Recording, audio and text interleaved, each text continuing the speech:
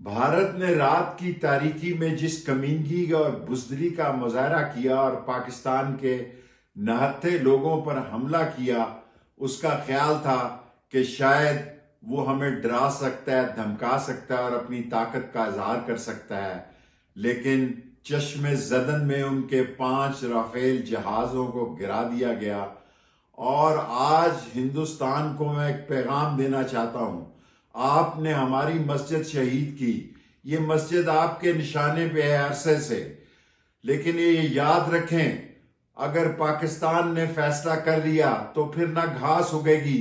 نہ برلا جی کے مندر میں گھنٹیاں بجیں گی، نہ چڑیاں چہکیں گی، نہ لوگ اپنے آپ کو محفوظ سمجھیں گے۔ پاکستان ایک زندہ قوم ہے اور ہمارا مذہب اسلام شہادت کو ایک اعزاز سمجھتا ہے، اور شہادت ہمارے لیے ایک اعزاز ہے۔ اور اگر وقت آیا تو وقت ثابت کرے گا کہ ہم پچھلے سارے قرضے بھی اتار دیں گے اور دشمن کو ایک ایسی شکست دیں گے اور دشمن کو ایسی قرار واقعی سزا دیں گے کہ وہ پاکستان کی طرف دیکھنا بھی بھول جائے گا۔ اور پاکستان زندہ باد، پاکستان کی عظیم قوم زندہ باد، اسلام زندہ باد، شہادت زندہ باد، اور پاکستان کے 24 کروڑ عوام زندہ باد۔